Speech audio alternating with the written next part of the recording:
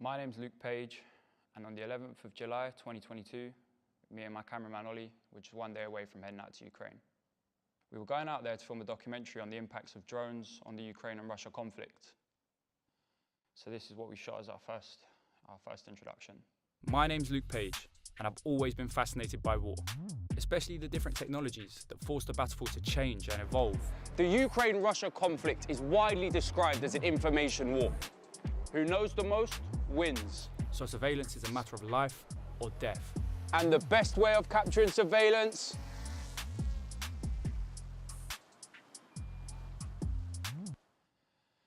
Fair to say, we didn't know how naive we were being.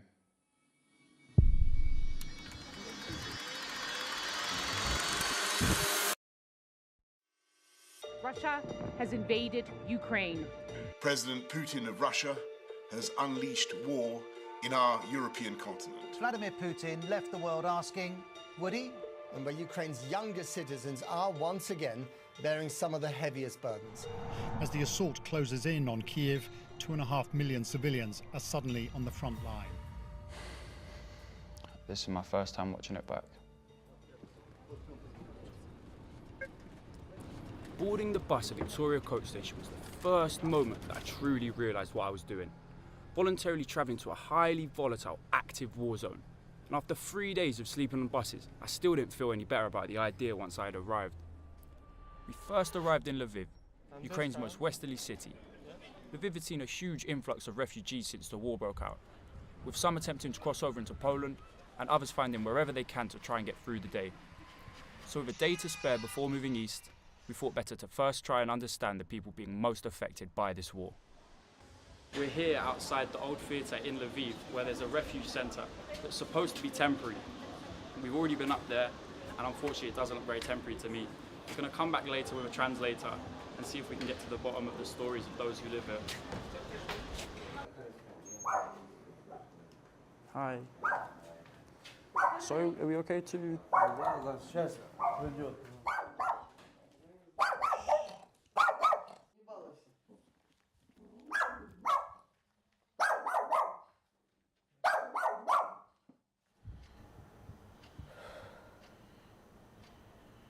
Жили потом в Донецке. Там мои родители жили, ну, вся моя родня. She moved here from Azerbaijan when she was 14. She married here and lived in Kherson region. Сын туда. Like in 2014, everything started. Like cities were attacked, cities were bombed. 19 лет было. На День независимости. Her daughter was like in the yard. Начали бомбить. One bomb exploded and her daughter was cut like in half. And This is this lady's daughter. yeah, Похоронили ее. her daughter died the day before she turned 19.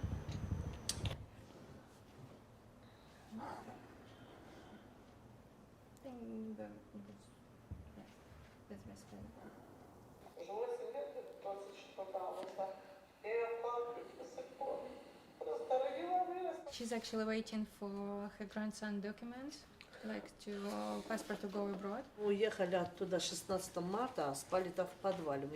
Like over there are some people that support Russia, and they've been threatening just to blow all this place up. Я говорю, у меня дочку убили. Он мне говорит, а ты вообще рот закрой, ты вообще не украинка. Слушай, Украина моя родина, я тут живу. Я тут замуж вышла, я родила.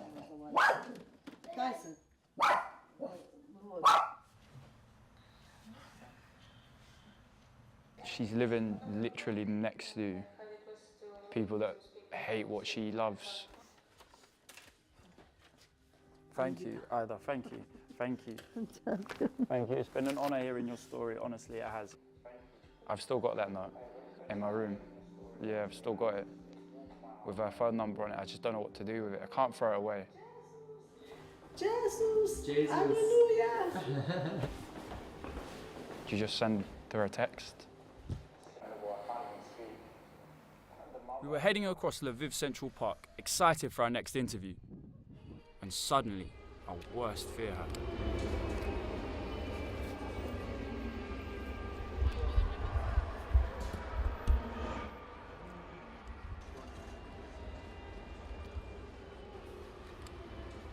I don't know if you can hear, but the first air raid siren since we've arrived has just gone off.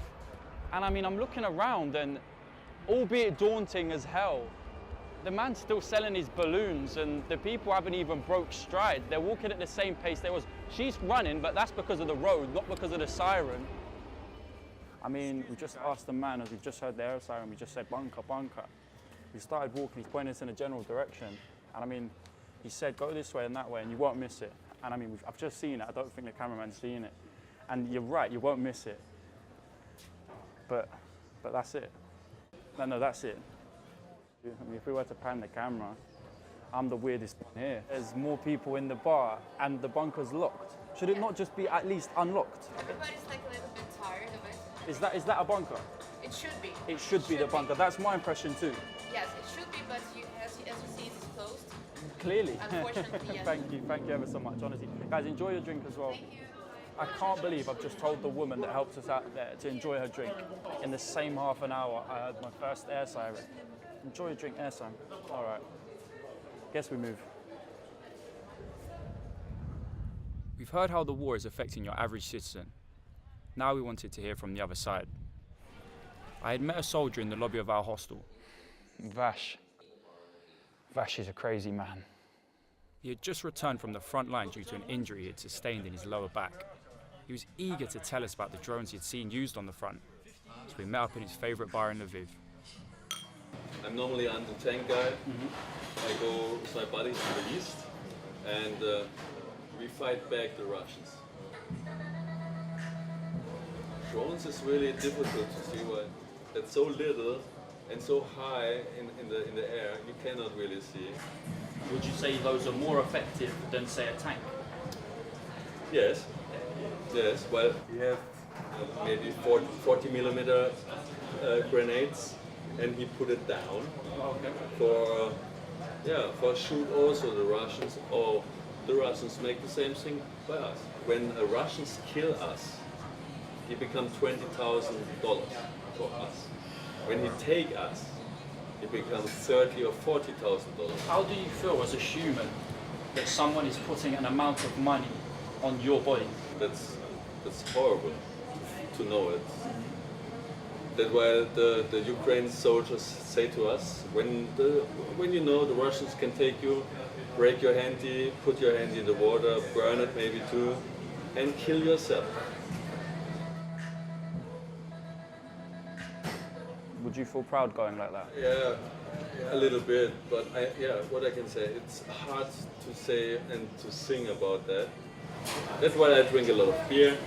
Cheers. Cheers. Cheers. And then maybe you can better forget and you can also better sleep. Better sleep. Yeah. For better or for worse, we felt like we had a good understanding for how the war was both impacting the soldiers and the civilians. We headed east, now more determined than ever to get some answers. So we've just hopped on a train leaving from Lviv to Ternopil. This train is insane. It's like nothing I've ever seen before. But that's not the first time I've said this on this trip, and I'm sure it's not the last. We've got a few great interviews lined up, one specifically with a specialist in the field of electrical jamming and drones. So hopefully we can finally get an answer as to how drones is affecting this war.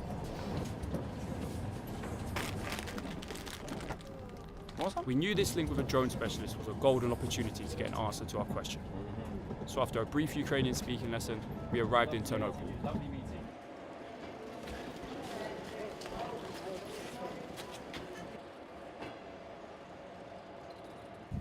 Hey Preston, lovely to meet you, man.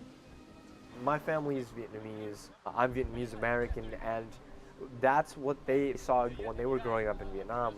That whole conflict there, they just wanted to be left alone. Ukraine is looking to fight for its independence, its freedom. It wants to truly be left alone, and here I am. I'm here because of that.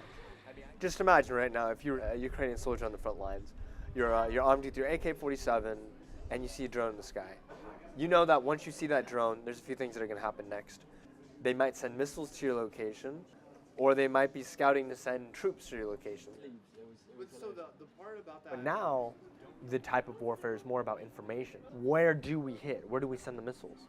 And that information warfare is carried out on computers and cameras, drones, and things of that nature. I'm going to be shooting it with the cyber rifle. These drone operators have gotten very crafty and they've gotten very creative, and they're saying like, look, these drones can get into places we would never go into. So they've started adding munitions on them, so the drone will be able to do a fly over an enemy tank and then drop this munition on it, effectively disabling these tanks or vehicles or whatever.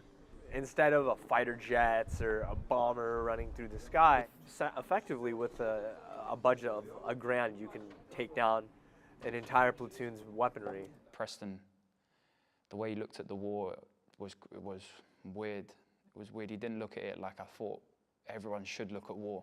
He looks at things so objectively, and numbers, data, does it improve or does it decrease the effectiveness of something? But when there's like real lives on the line, real people, real aiders in the world that need help and stuff, it's hard to compute. If I was on the front line and I saw a drone, how would I then go about taking that drone out of the sky? A common way to do it is using directional jamming equipment. And so the company I'm consulting with, they've created a device. We call it the cyber rifle.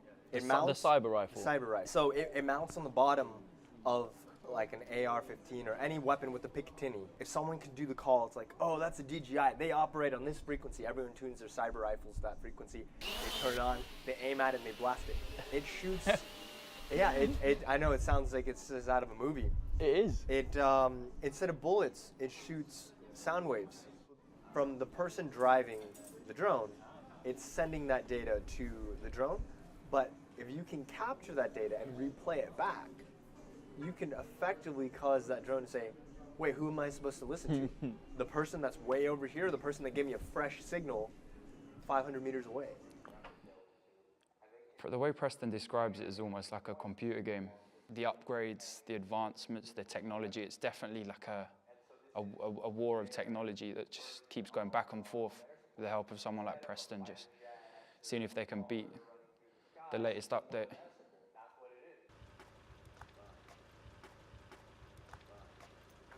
Come on, Sergey, let's spin the scoop. Mad. After all that, we were in desperate need of a drink. So we headed into the centre of Ternopil, and just like any other place in the world, you'll always find a group of young lads out and about. Ford? They've asked me for one song from South London. It's on, and I know the whole verses. So I mean, if the camera's still rolling, yo. Ex-AJ, man mystic with a pen like JK. True say I ain't really a drinker, but I got love for brandy like Ray J. Champagne popper, 44 chopper in a black night bomber. Harvey stopper, half our MC dropper, 45 whapper, leave you in the States like Kappa. AJ from the little ex-Santan, man's got style and a rhythm like Gangnam. Two young brothers trying to eat off of music, but we used to eat off of peps in the Back in our hostel in Lviv, we had met a chubby Canadian who spoke with a mystical US Army vet who was on the front lines causing the Russians havoc and liberating orphanages. We felt like we had to put him in touch with Preston, and suddenly we were swimming with the sharks. We're giving our own personal food and like shoes, our own shoes to people because we're running out of funding. We quickly learned Johnny's a hero, and we need to try to do all we can to help him. So we formulated a plan, and the adrenaline was pumping. It doesn't matter for me if I get $1 or whatever out of this thing, but if you are even a quarter of the serious that you are seeming right now, and you can talk to some of the people that I know, that's a game changer. That's gonna save a shit ton of lives, dude. This conversation could lead to the saving of thousands of people, if not millions. It was just a shame we couldn't understand any of it. And as they continued to talk in nerd, we began to lose focus. I'm looking forward to this. I think we all are. It's really exciting, and yeah, let's make this happen. Yes, we're going to as close to the front line as you can possibly get while staying safe, right? Yeah, pretty much. I'm gonna get to see these drones live in the flesh. Cheers, Preston. Yeah, this is gonna be crazy. It's gonna be crazy. Oh, we're gonna be out. Fuck. Up to this point, we'd heard it all. It's all a lot of word of mouth. To hear Johnny on the front line, knowing that we're full well about to go out there, scary, scary.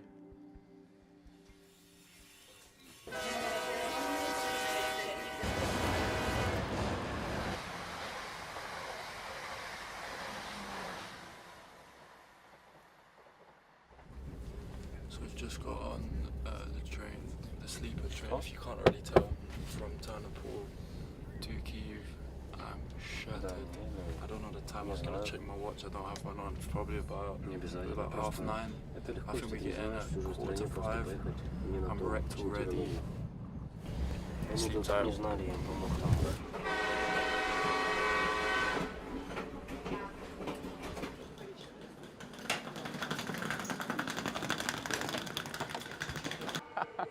It's a joke. It's a joke. We've travelled halfway across the road, literally halfway across the road. And this waste man is still about. He's still here, man. He can't leave. He won't do it. Halfway across the road. This is now live in Kyiv, and he's still here. This waste man. Can we take this down? If we can get a few words on why Bojo's a waste man, then potential. Arriving in Kyiv, we felt for the first time that we were actually in a war zone. Sandbags littered the pavement, and there was an eerie silence in the air. We stopped off at Sergei's apartment, a friend of Preston's, to drop off some gear. However, we had no idea how ill-prepared we were for what Sergei had to tell us. Я подумав, що якщо бої вже в місті... On the third or fourth evening that the war started, he was stood right here.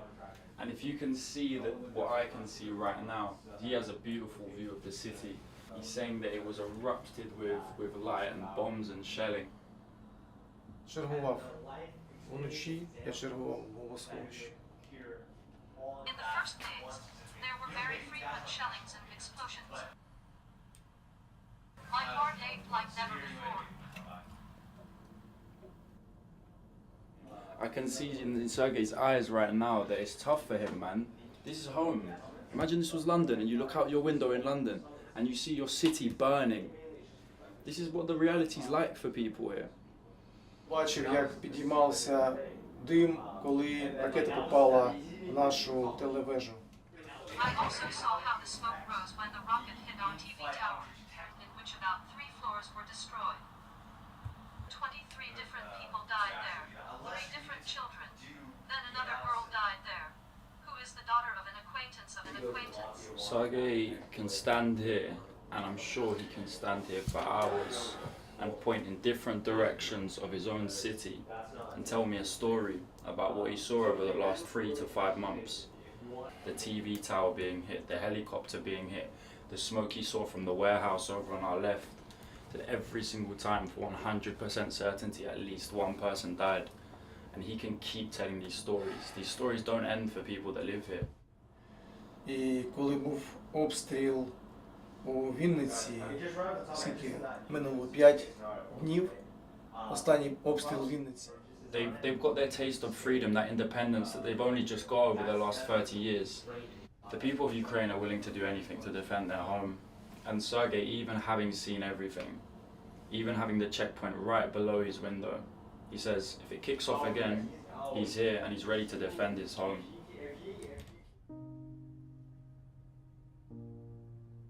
Do you think you'll ever be able to look out this window and smile again?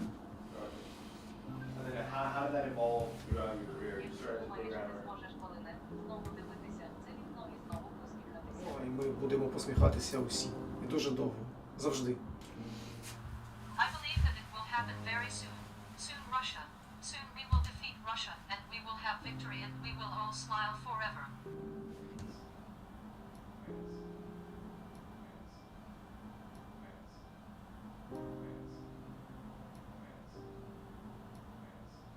And 3 to 5 months ago, I mean, Russia was in Kyiv. Russian forces were in Kyiv, and they're not anymore. So I mean, that shows how hard the Ukrainian people have fought to defend their city and to push the Russians back. And when you look at someone's eyes, when you feel the tension in the room, when they give you goosebumps, it's something that I can't even put into words. And for Sergei to put that into words for us, I don't know if I'd be able to speak on some of the things he's witnessed. If I had seen some of the things in London, I think that might be it for me. I think that might be it for a lot of people I know.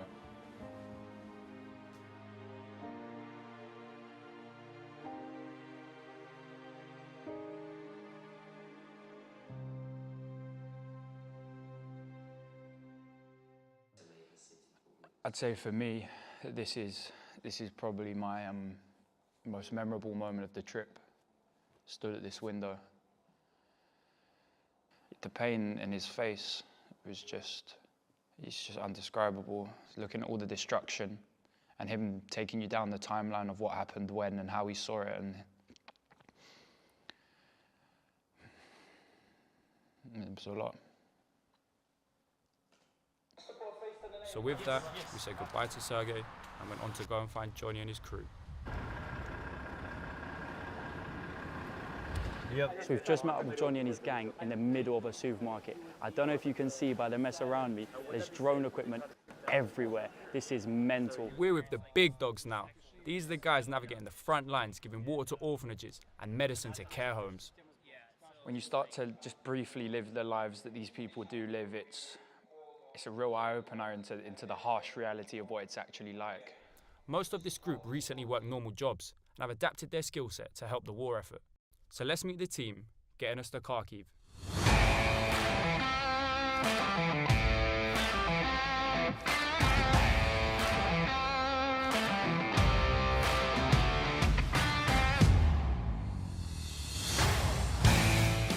The Russians are the best fertilizer for the ground. Banter. Before heading on to Kharkiv, we were told there was a man that we needed to meet. The man some Ukrainians say will win them this war. We're taken away to a top secret location on the edge of Kyiv to meet him. So Maxim, lovely to meet you. I mean, man, I'm in awe of your facility already. This is crazy. This is basically just an office block that you guys have converted into. This can only be described as the Batcave. Could you briefly describe what you do here? The guys who's gone come to me and say, Maxim, we need drones. It's crazy, yes, man. Maxim, we need drones. Yes, we need drones. We need drones which can fly on that distance, with that weight. And you guys do it? Yes. Whenever, but what's your favourite thing? So if I had to say to you, Maxim, someone's going to come to you and say, I need this, what do you want to do? I want to see the video of burning ass of orcs, and it's the best. Wait 1 second, Maxim. If I could just point my cameraman to this. If I could just point him to this, I mean, that sums up the whole office, really. I mean, Maxim's laughing behind the camera. He's laughing, and without capturing too much, you can see the sort of stuff they do here. And I mean, that's the goal. That's the goal. This is what they do it for. If you'd like to show us around, that would be perfect. At first, I want to talk about our looking and researching drone. We make our own... for surveillance? Yep. We're proud that it's our frame. It's our own personal frame. We make the frame in Ukraine. The pilot, which controls this drone, can control it by goggles or by monitors, only for pilot with some experience. So if I could fly a DJI drone, would you let me fly this? No. For me, the pilot which are flying on DJI, it's not a pilot. What would you describe them as if he says Russian? In right hand, you can make some incredible job with this drone. But if you have no experience at all, go and teach, please. It's the way. Stay away from these. We're trying to get to Kharkiv. I'm trying to push the big button. Turn and hold. Turn and hold, so not even just press. Yep. So keep holding. Yep. You could have made a better switch. You can. Yeah, I think that's for the best. When the drone are created, we go into polygon, the place where we can fly. Sorry, polygon, is this the testing? It's a testing facility. It's the testing place. And would you drop things at the polygon? Yes, we're dropping some presents, but Mulya. You see how he smiles when he says presents? It's hilarious. We drops actually the bottle from with water. Hydration station. Yep.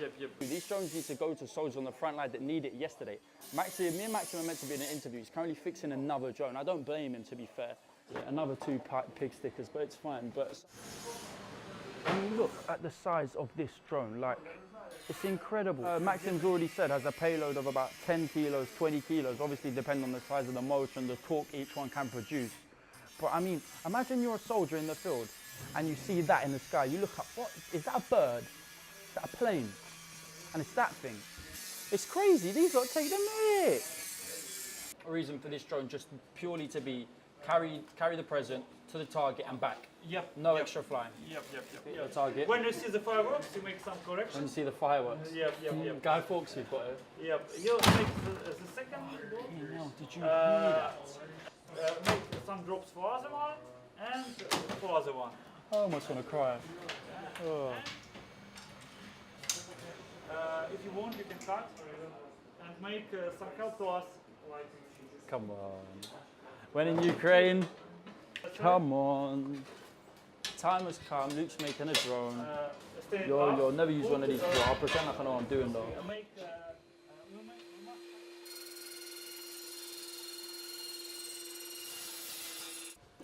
So Maxim is the guy. We were just about to wrap up the interview, and Maxim said to me, "Do you want a present?" And at first I didn't know what he meant by a present because he keeps referring to the presents as something I don't want to refer to on camera. But this isn't I don't too know far how off. you will be flying on a plane. So I got to go home and I got to go through customs, and they say, "What's this?" I was like, to be perfectly honest, I don't know. That's the honest truth. It's the answer. I wouldn't I don't tell know. you. I wouldn't If he tell you what doesn't is it. tell me what it is, I don't know what it is. That's fine, right? Surely. Well, honestly, Maxim, thank you for showing me around your place. Your place is sick, man. This is Batman. Batman live in the flesh. He's got some cool shit here. Thank you ever so much. So we've left the drone nerds. We're going to meet more drone nerds, but these drone nerds are on the front line, so I can't even call them nerds because they'll me up. But we're heading to Kharkiv.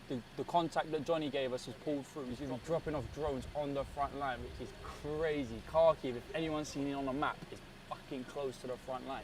Too close for my liking. But the content is so good, man. We can't not go. So I mean, you can see by my face, it's a scary thought, but here we are in the car, and I mean, on that note, we gotta go, man. I can't lie. Scared shitless. So with that, myself, Johnny and Preston left the Batcave and began our journey towards Kharkiv. We've seen where and how the drones are created, and now we're gonna follow the route that's taken them to the front line. We eventually stopped at a hotel a few miles outside the city, ready to go in the next day.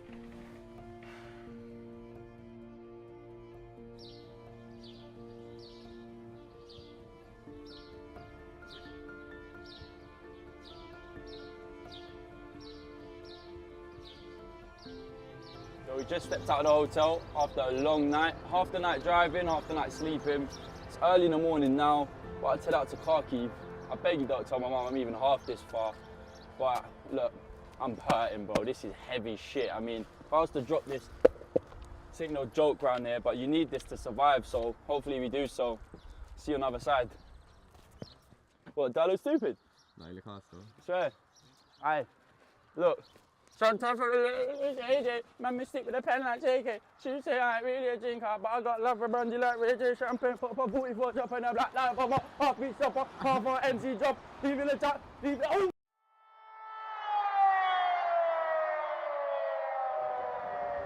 I've never heard that before. We've not even made it to Kharkiv. A minute ago. Okay, 4 minutes ago, Kharkiv Oblast, aerial threat, siren sounding, takeover now. So we've got this app here, I don't know if you can see. Alert, alert, alert, 7 minutes ago, 5 minutes ago, 2 minutes ago. I haven't seen this amount of people flee an area since the initial invasion. And we're not fleeing, we're going the other way. Sick.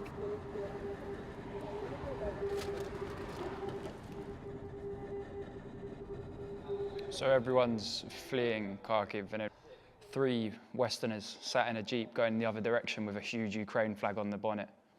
Great idea. Starting to get real out here, I can't lie. I mean, we're all suited and booted out here, and it's no joke. I mean, even getting to this shot, I've got to let someone walk first and then take the step after them. I'm starting to wonder if this documentary's worth it, but I mean, I can't come all this far and then go back. Shit. Hanging. Shit. Yeah. Shit. Wait, I've got to watch my step. With each checkpoint we passed, our heart rates quickened. We had no idea what we were in for. And all I could think about is how angry my mum would be if she knew where we were. Kharkiv was the front line, and we were told when we entered we would be within 5 miles of Russian soldiers. This is really it. I'm here in pretty much the center of Kharkiv. I'm scared to bits, to be honest. I mean, everywhere I look, There's glass missing, there's not a window in sight, front, behind, left, right, that's not been smashed to hell. Oh, one sec.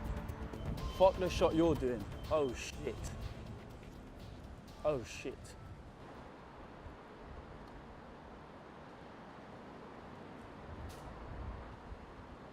What the hell happened here?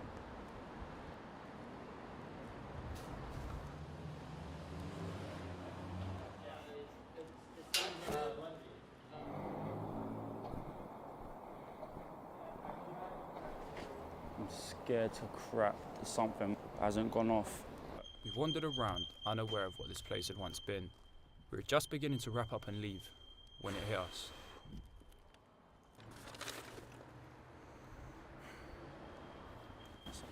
This is a nursery. I'm standing inside a nursery.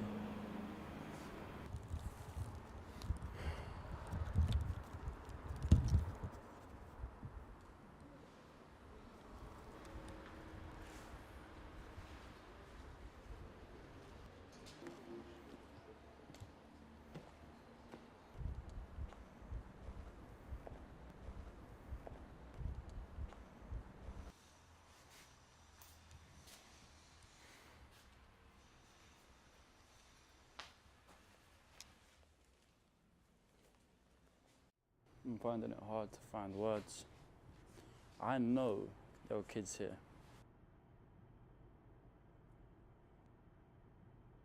We continued our journey across the city towards our meet point. The city remained resilient, despite the constant barrage from the oncoming invaders. The former Soviet building stood proud in staunch defiance as the front line of the free world. We occasionally stopped whenever Johnny told us to come inside for cover, and as we waited for the sirens and the whistles of the overhead bombs to quiet, we watched stern, tired faces appear from the crumbling buildings. Despite the horror they face, they are more determined than ever to continue with their daily lives, to continue to live as free Ukrainians. As we slowly moved across the city, my spirit began to shake.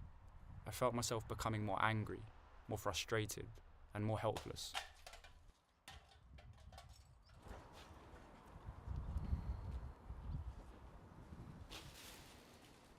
I just don't get it. How someone can have a complete disregard for human life.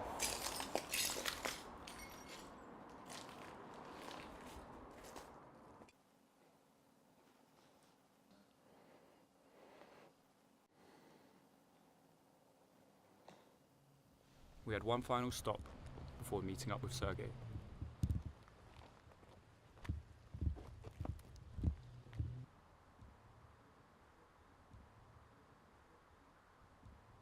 Someone actually just told me what this building was. Said it was a school.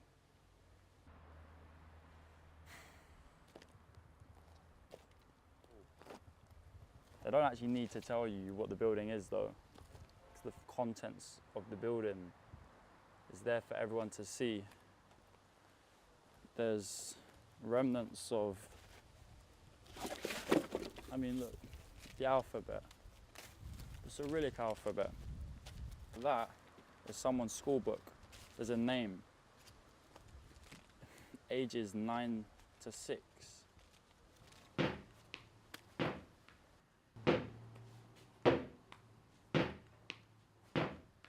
wasn't soldiers here. This is a military camp, a base, so this is a school. And people were murdered here.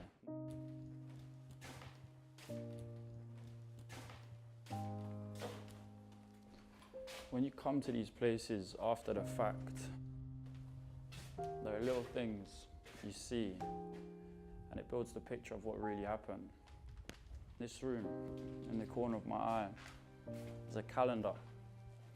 On the calendar, the date's the 28th of June. It's the 20th of July. So we're not even a month on. I just hope that whoever changed that from the 27th of June to the 28th of June saw the 29th.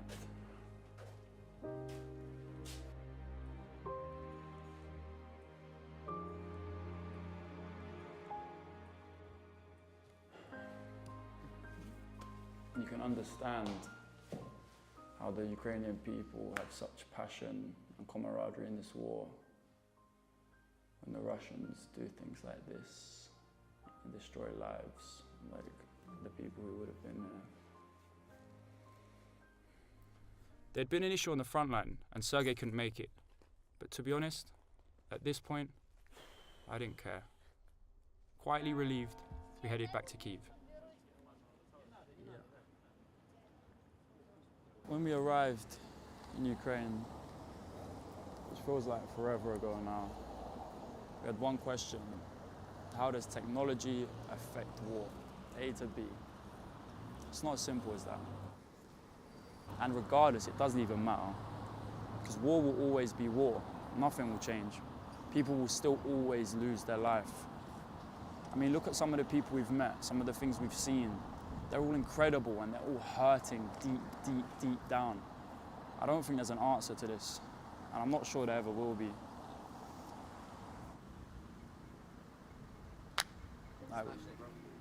Man. They've got sandbags protecting their version of Nelson's column. Sandbags protecting your monuments. That's not how you should live. Your monuments next to your memorial walls. That's not how you should live. Messages about saving children. That's not how you should live. The world help us. This is the only message I can portray from being here. Because I'm going to help. This has changed my life. Believe it or not, I don't care if you do, because it's changed my life. I came here and I didn't know what I want to do, but I know now what I want to do. Because you can't leave this place without trying, man. You can't. Some of the things we've seen, some of the people we've met, and some of the facial expressions, I won't be able to forget now. I'll be back to help. I'll be back to help.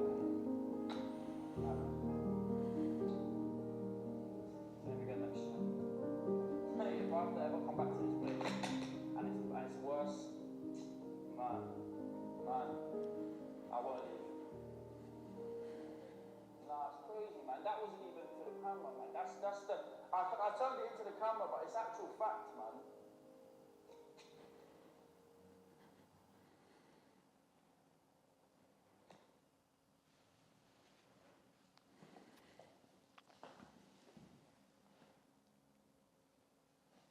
Right, Luke, I've got a couple of questions to ask you, bro.